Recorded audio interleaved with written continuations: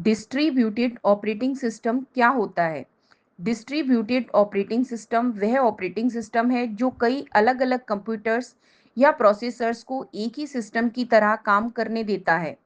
इसका मतलब यह है कि कई मशीन्स आपस में जुड़ी होती हैं और संसाधनों जैसे सीपीयू पावर, मेमोरी, स्टोरेज या इनपुट-आउटपुट डिवाइसेस को साझा करती हैं। यूजर्स को ऐसा लगता है कि वह एक ही कंप्यूटर का इस्तेमाल कर रहे हैं, जबकि असल में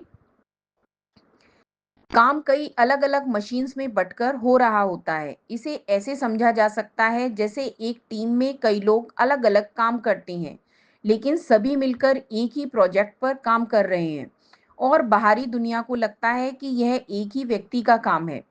डिस्ट्रीब्यूटेड ऑपरेटिंग सिस्टम का मुख्य लाभ यह है कि यह संसाधनों का अधिकतम उपयोग करता है और सिस्टम की एफिशिएंसी बढ़ाता है।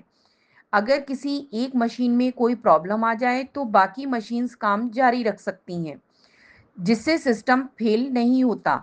इसके अलावा यह बड़े और कॉम्प्लेक्स एप्लीकेशंस के लिए उपयुक्त है, जैसे cloud computing, banking systems, scientific simulations और लार्ज स्केल डाटा प्रोसेसिंग। एक उदाहरण से इसे और सरल तरीके से समझें। मान लीजिए किसी कंपनी के डाटा सेंटर में बहुत सारे सर्वर्स जुड़े हैं। अगर किसी एम्प्लॉय को कोई एप्लीकेशन रन करनी है, तो डिस्ट्रीब्यूटेड ओएस यह तय करता है कि कौन सा सर्वर किस टास्क को संभाले ताकि सारे काम जल्दी और सही तरीके से पूरे हों।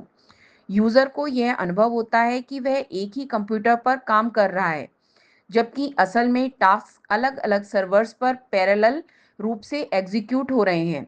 डिस्ट्रीब्यूटेड ऑपरेटिंग सिस्टम के कुछ मुख्य फीचर्स हैं। यह रिसोर्सेज को शेयर करता है, फॉल्ट टॉलरेंट होता है, यानी किसी फेलियर के बावजूद सिस्टम काम करता रहता है। लोड बैलेंसिंग करता है ताकि कोई मशीन ओवरलोडेड ना हो और ट्रांसपेरेंट होता है, यानी यूजर को मशीन्स का अलग-अलग होना महसूस नहीं होता।